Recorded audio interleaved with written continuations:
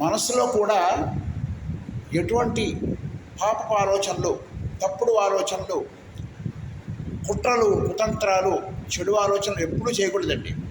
ఎప్పుడూ కూడా పాజిటివ్ దృక్పథం, అంటే అంత ప్రపంచాన్ని మనం సహృదయంతో చూడాలి, మంచి మనసుతో చూడాలి. దేన్ని కూడా కుట్ర కోణంతో చూడకూడదు. అందరినీ సమభావంతో చూడాలి. ప్రతి పనిలోనూ, ప్రతి మంచిలోనూ చెడు వెతకూడదండి.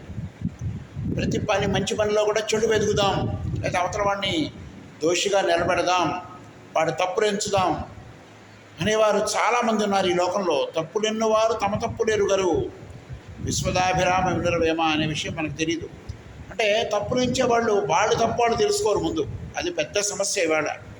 కాబట్టి ఎవరి తప్పు వాళ్ళు తెలుసుకుని అవతల వాళ్ళ మీద రాయేసే ముందు వాళ్ళ తప్పు వాళ్ళు తెలుసుకుంటేనే జీవితంలో బాగుపడతారు.